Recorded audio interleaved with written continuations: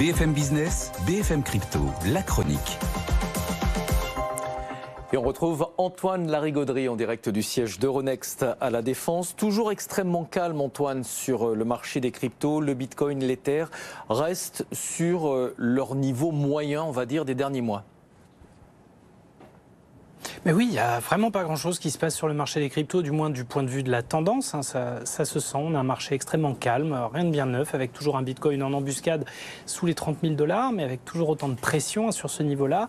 L'Ether qui remonte un petit peu vers les 1 900 $. On a quand même l'XRP qui s'est bien démarqué, qui reste bien ancré sur les 60-61 cents, malgré les pertes de ces derniers jours. On conserve quand même de beaux gains sur 3 mois, plus 36%.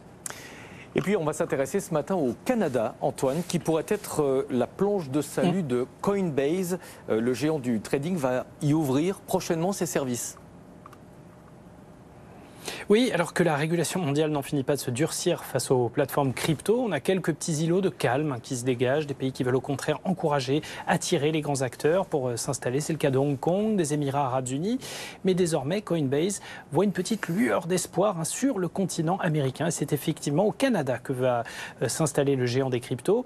Il va y ouvrir ses services après discussion avec les banques, les sociétés de gestion, même les fonds de pension du pays. Et pourtant, le Canada, lui, a opté d'entrée de jeu pour un cadre réglementaire strict concernant les cryptos. Là-bas, pas de débat sans fin. Comme en Europe ou aux États-Unis, le Canada considère les cryptos comme des actifs financiers classiques d'un point de vue réglementaire et fiscal.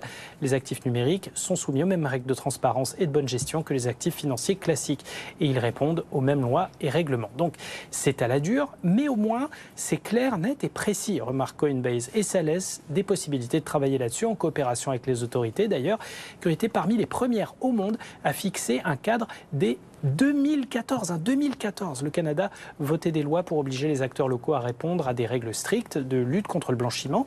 Et dès 2017, un premier fonds d'investissement 100% crypto y avait été fondé, répondant strictement à ces critères. Donc, forte réglementation, mais aussi sensibilisation, intérêt des acteurs économiques locaux. Coinbase remarque un intérêt potentiel très fort et espère trouver au Canada un petit îlot de tranquillité, de croissance pour pouvoir retrouver un peu d'air.